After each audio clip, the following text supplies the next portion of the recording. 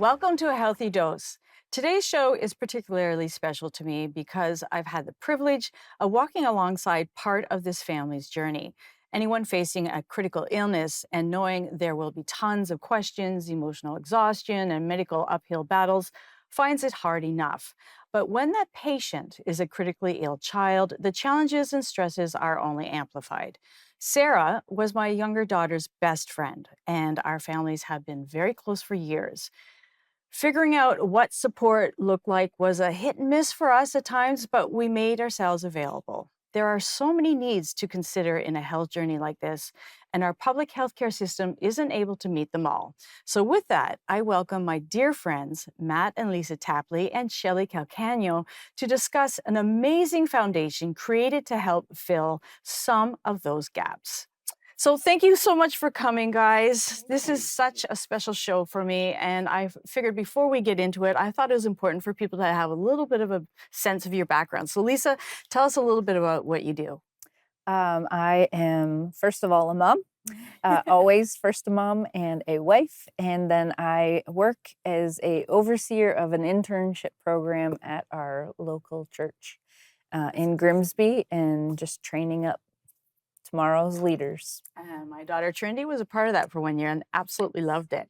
So Matt, what about you? Well, I'm also pastor at our church in Grimsby, Ontario, Lake Mount Worship Center, and just love building the church, building leaders, and I serve on various boards as well, and just want to see God's word just impact every area of life and community. So, yeah. Great. And Shelly. I work for Compassion Canada with churches and events across the province of Ontario and Eastern Canada. And I'm a mom, I'm a wife, a grandma, and I love writing and blogging and, I was going to say, you communicating. have to say you're an author. yeah. So I'm happy to be here with my awesome friends today. So, Matt, I wanted to start with you.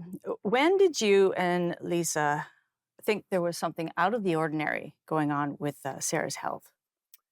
Yeah, so that was she was about 8 years old, and she was beginning to complain of some some phantom pain in her legs primarily that we tried to get to the root of in terms of start with some chiropractic stuff, and then that wasn't really helping, and so yeah, then some other pains that seemed like infection. So we were trying to narrow things down, and when she got some antibiotics, things seemed to be good, and then went down again, and that's when we started to really push on. We need to find out there's something more significant underlying. So, Lisa, how long did it take to discover what the real issue was then? So we started really investigating in March after a family vacation with the antibiotics there.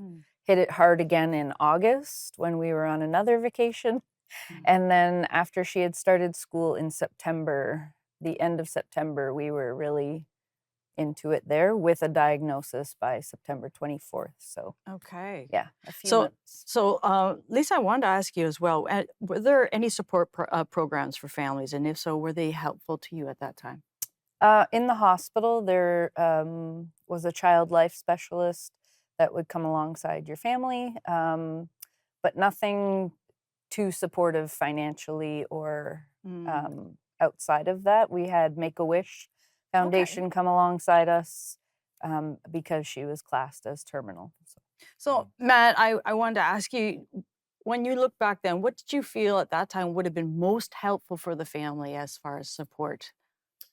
Yeah, it's hard to say because the journey is so personal and it's spiritual, it's emotional, it's family where we're pulling together as a family unit. Yeah. But there's also I think any kind of program is probably just alleviating in the immediate just some of the Yeah.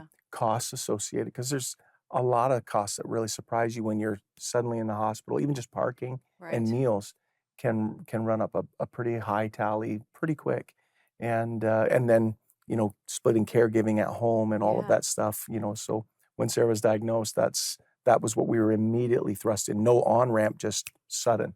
So. Okay, when we come back, I want to ask Shelly about her part in the journey here as well. So stay with us, everyone. When we come back, we'll share more about the Sarah Tapley Foundation.